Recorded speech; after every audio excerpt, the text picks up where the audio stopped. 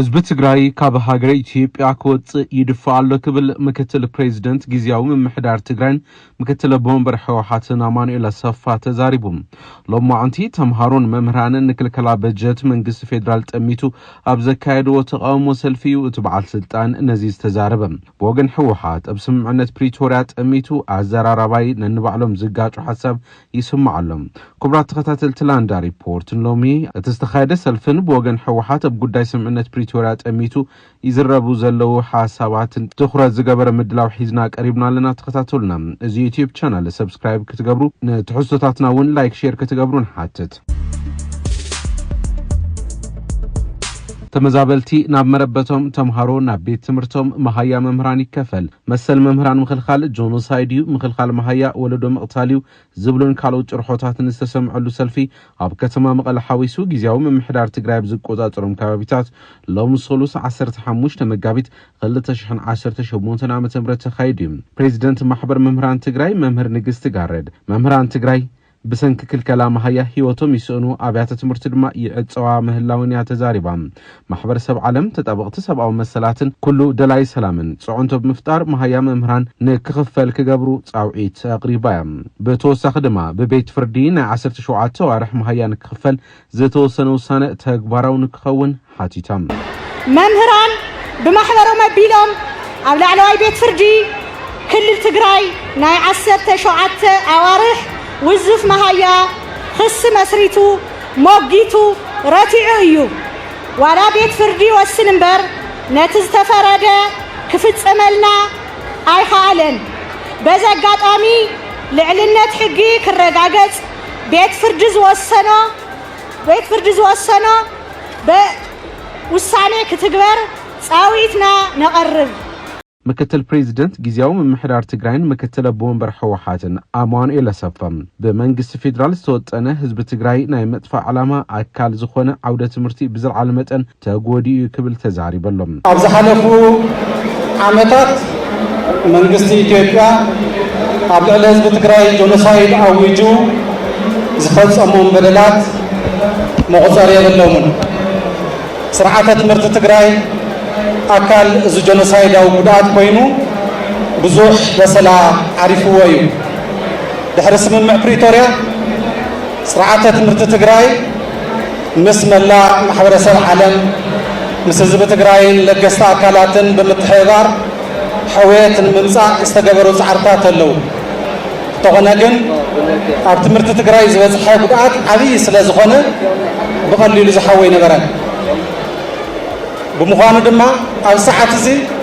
عليه تمرت تجراي كابت زبزحن بدأت ملينا حويان عنين كابتن توريسو ممرانن تسبيتهم تقاتلهم مهايوم تخلكلهم نبزو حوارح أبسقين مكراني ركبوا تمارنا أبلعلي زبزحهم أمراو بدأت كابتي أكيد كام مسبح قدماتهم مسحركانهم مستميتهم نابتر مرتين ممسا استقبر زعرن تهلوون حزون اب تግራይ ልዕሊ 1.2 ሚልዮን ህፃናት ገና ናብ ቤት ትምህርቲ የተመለሱን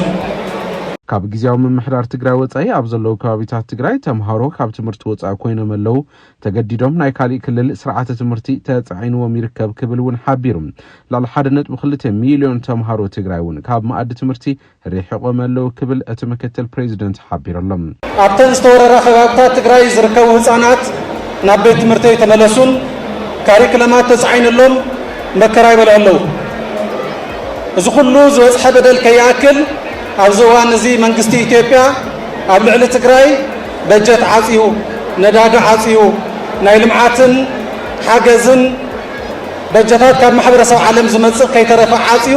ሙሉእ በደል ኣብ ልዕሊ ህዝቢ ትግራይ ይፍጸም ኣሎ በጀት ምኽልኻሉ ሰራሕተኛ መንግስቲ መሃያ ይረክብን ዘሎ ዝበላ ማኑኤል በዚ ድማ እቲ ቅጻዕን ኢንገላታዕን ዘሎ ህዝቢ እዩ ክብል ተዛሪቡ ብምዃኑ ሰራሕተኛ መንግስቲ ትግራይ መምህራን ኣብ ሰዓት እዚ መሃያ ተኸልኪሎም ኣለው እቲ ቅጽዓት ብቐጥታ ንመምህራን ጥራሕ ኣይኮነን እቲ ቅጽዓት ኣብ ልዕሊ ተምሃሮ ትግራይ ጥራሕ እውን ኣይኮነን እቲ ቅጽዓት ህዝቢ ትግራይ ናይ ምድንቋር ፍርዲ እዩ እዚ ኣካል ጀኖሳይድ እዩ ናይቲ ዝተጀመረ ጀኖሳይድ ኣካል ኮይኑ ዝቕጽል ዘሎ እዩ ህዝቢ ትግራይ ክድንቁር ህዝቢ ትግራይ ክደኪ ህዝቢ ትግራይ ክብተን استسرحه كسرح صنحه حزون اب لعل حزب تግራይ استفرد እዩ እዚ ኩሉ በደል بمنግስቲ ኢትዮጵያ اب لعل حزب تግራይ ዝተበየነ እዩ ህዝቢ ትግራይ ካብ ኢትዮጵያን ክወጽእ ይደፋ ኣሎ ክብል ድማዩ ምክትል ቦምበር ሕወሓትን ምክትል ፕሬዝዳንት ግዚያዊ መምሕዳር ትግራይን አማኑኤል አሰፋ ዝተዛረበ እቲ ኣብ ትግራይ ዘሎ ጸገም ብልመና ኣይፍትሐን ክብሉን ተሰሚዕ ኣሎም እዚ ተጻዊርካ ንምኻድ ብዙሕ ግዜ ጻዕሪ ተገይሩ ሰላም ንምምጻእ እቲ ኩሉ በደላት ተሰኪምና ብስምዕ ፕሪቶሪያ ሰላም ንምምጻእ ብወገን ትግራይ ብዙሕ ጻዕርታት ይግበረሎ እንተኾነ ግን بمنግስቲ ኢትዮጵያ ጸማም እዝነ ተዋሂቡ ኣብ ልዕሊ በደል እናተፈጸመ ህዝቢ ትግራይ ካብ ኢትዮጵያ ተደፊኡ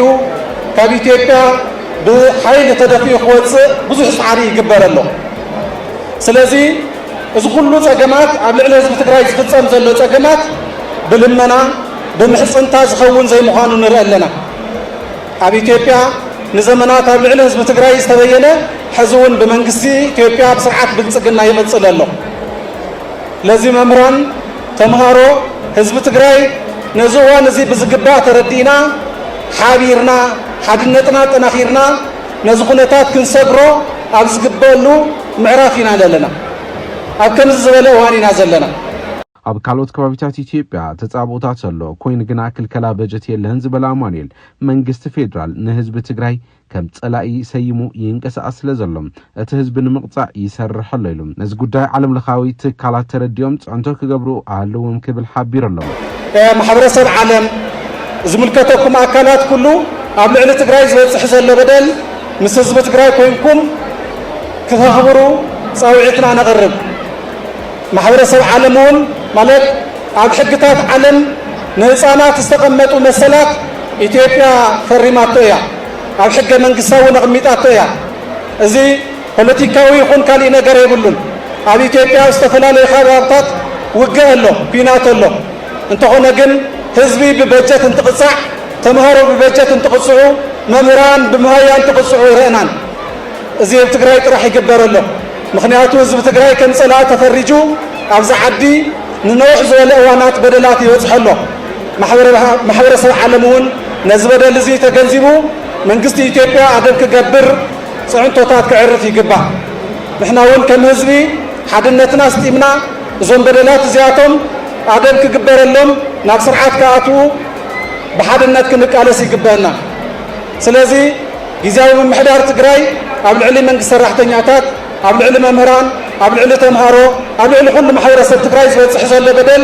ንምቕንጣጥ ምስ ህዝቢ ኮይኑ እኹል ቃልሲ ከም ዝገብር ዝጸገም ክፍታሕ ዝግባእ ጻዕሪ ከም ዝገብር በዘጋጣሚ እዚ መልእኽተይ ከመሓላልፍ ይደሊ ብኻሊእ ገጽ ወሃቢ ቃል ሕወሓት ሚካኤል አስገዶም ምስ ልሳነ ውድብ ወይነ ዝገበሮ ናይ ቪድዮ ቃለ መጠይቅ ስምዕነት ፕሪቶሪያ 100% ፈሪሱ ዘሎ ጸገም ብሰላማዊ መንገዲ ንክፍታሕ ዝኽእለሉ ዕድል ድማ ዜሮ ይክብል አዘራራባይ ሐሳብ አቅሪቢም ስምዕነት ፕሪቶሪያ ገና ካብ መፈለምቱ ይክፈርስ ጀሚሩ ይላለም ፖለቲካው ለዘበ የተጀመረን ሕወሓቱን ሕጋዊ ፍልጧ ክስረዝ ተገይሩሎ ክብል ንጥሕሰት ስምምዕነት ጠሚቱ ተዛሪቢም ውዕል ፕሪቶሪያ ኣብ ጽባሕ ስምምዕነት ይምፍረስ ጀሚሩ በጣም መለስተኛ ዝኾነ ኣብቲ ድሕርቲ ውዕል ፕሪቶሪያ ንምፍታሕ ዝተመኮራ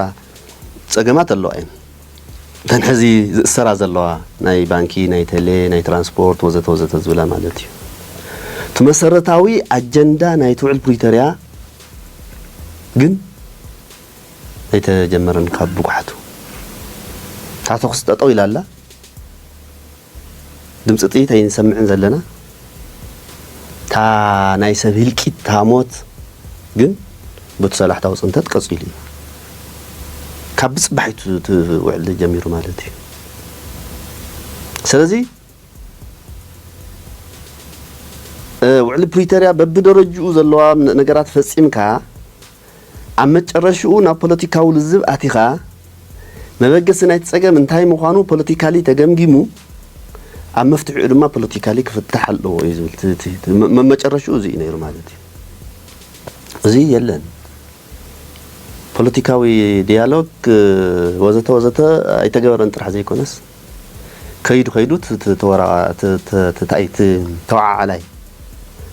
ተስማዕማዕ ፓርቲ ሕወሓት እውን ያው حقاونته تزريزو يزلو مالتي سو صبحت سممعنتي وعلى بريتوريا فريسو أبك ربادما تأخذ تخفيت نيرو بمبال تسمم معنات مئة مفراسو يملاخت قبل تزاريبهم هذه أمارات سلام كم زتعات أو إيد محابيرهم هذه كيدو أمن تعيبس حيز الله ياو تأخذ تجميري عفار وقت تجميري سلمت وقت تجميري نايدران وقت تجميري حزون طعمي أنا سفيح مدلاو نايسال أي نخال أي وق مدلاو يكبر الله تعصوا عن كبان تعتاز بالكيا حزي مسرتاو شقطات زبال بتقراي حزي بجت برلمان زصدقو حقاو بجت تقراي ملو بملو تطبير وي اندي وارح بانكتات قرش ألبا خوخنا بعد خوخنا غيروي سخونة اي تي ام بتقراي حزي تركبنا يسرح بانكتات قرش يهبان زلو هوسبيتالات عندنا تكالات مدحان سينا تطويلين يزلو كلهم أو تجراي كتعطاتو زجبوهم هذا تجراي نمدكار زطعم مسارحتات بمولا هذا أتجراي يفصم يمزلو سطر حزي كونس بوزيد دخيمكا بحيلي ببرت بوق قبيلكا تهزبي እንደገና خصنتنا يمغار مدلاون يغبر يزلو ስለዚህ حزوين كخرا انت الله وعلى بريتوريا 100% فريسي يلا بتحزي صلا ازغورو زلو منقساس مدلاون خويناتن دما صقماتنا بسلام ناي مفتاح تسفا 0% وصح هذه 0% زي قبها انت الله كم تجراي كم حوحات حزون سلام كسفن يخيل يايلو ناو ጭብጥ ተገባራው ነዛ ስግር ኃይል እንድሕርመጽ ሰላማው ኃይል አስኮነ ሰዓት ኦፕኒንግ ትመንገዲ በቱና ይጸላ መንገዲ ሕዝግን ድሕረዚ በሰላም ናይ መፍታሕ ዕድሉ ዜሮ ዕድል ይዘሎ ዜሮ ዕድል ይዝለካ ዘለዎ ምክንያቱ ካብ ጠረፍ ሱዳን ጀሚርካ ክስካዕ ጠረፍ ዓፋር ዙርያ ሙሉ ምስ ትግራይ ዘዋስኖ ከባቢታት አጽዋርን ሰራዊትን ዝኽተሉ ዘሎ ማለት እዩ ሙሉ ምድላው ናይ ውግ ይዝገብር ዘሎ ማለት እዩ ሙሉ ምድላው ናይ ውግ ይዝገብር ዘሎ ማለት እዩ ሶ ኖ ሞር ፕሪቶሪያ ናብ ዝብል ደረጃ እዩ በጽሒ ዘሎ በሰንክመን በሰንክ ጸላይ كساب حزي سمعنت بريتورا كيف فرست صنحه بناتنا دغفيو 3 عامات كصنح خيلو كبل وهاب قال حوحات ميكيلس قدم تزاريبهم برام سمعنت بريتوريا مفراس جمروا على بريتوريا 3 عامات بناتنا دغف اصنحنا لوم دخون سلامي نس لوم دخون يلبم ناي عالم محبرسب لوم دخون يحجزو حزب ኢትዮጵያ دفافيو نفت سلامة من قدي خاطو دخوني يحجز يخون بزبل 3 عامات ب بناي تجارو قالسي بقالسنا بتعكستنا 3 عامات اصنحنا كن كيد قيد حزي ياو نفتا استجمرت ناي صنتت درجه مسلو كيدو نهلونا حدقا خوين اي غزعتاو مريتنا امليسنا اي استفنقله مريت تفنقله حزبنا مليسنا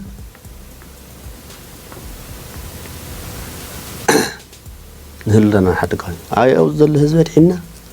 اي اب وشت صلاي سقزلو ناي معراف حزبي ناي صلمت حزب دحنا بسلام بمدلاي طرح تا خوينات بمصلا طرح بسلام نكفتح طرح 3 عامات صنحنا حزقن نمر قوز دحر زقصل عدل يلا زي كعب ناي سرعت بالصقنا دليتن منقصاسن تغواراو منقصاسن يخم زي لزلنا بريتوريا هذه تنفاس له يكدحنا ناب زبل زوسد ጭቡጥ ግራውንድ ያለን بخالي قص حوحات تمال ماسيو أبزوت وسمناو ملأخت دما منجسي إثيوبيا حزب تجري نمتنات قلت التلمي أوت يسرح الليبل بمسار زيون نز حلف عامتات قلوع وتدرى أواجن حزبنا بجملات أفتشفو قشتات كتماتات بقنبلاتات عنيم أبيات أمنة أبس أبيسو بحافش حزب تجري كاب قص مدرن مدفع يخلني أم زبلهم قفعتات فت يميبلت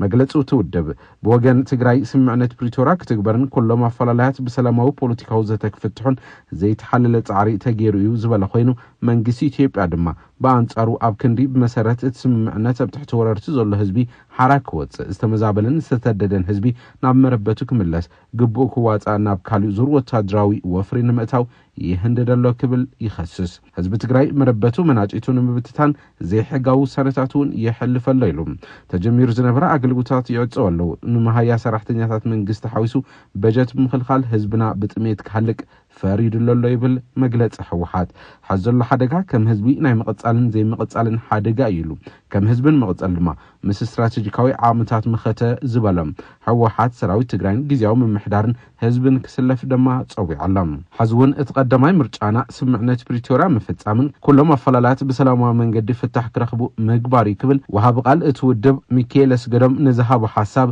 ዝጻባ መርገጺ ኣብ መግለጽ እትውድብ ተንጸባሪቀለም ኩብራት ተኸታተልቲ ላንዳ ሪፖርት ንሎም ዝሓዝና የጸብጻብ ኣብዚ ዛዚምናለና ስለዚህ ተኸታተልኩምና ነመስግን ላንዳ ሪፖርት ላይክ ሼር ሰብስክራይብ ምግባር ስድራ ዩቲዩብ ቻናል ክትሆን ሐትት ሰላም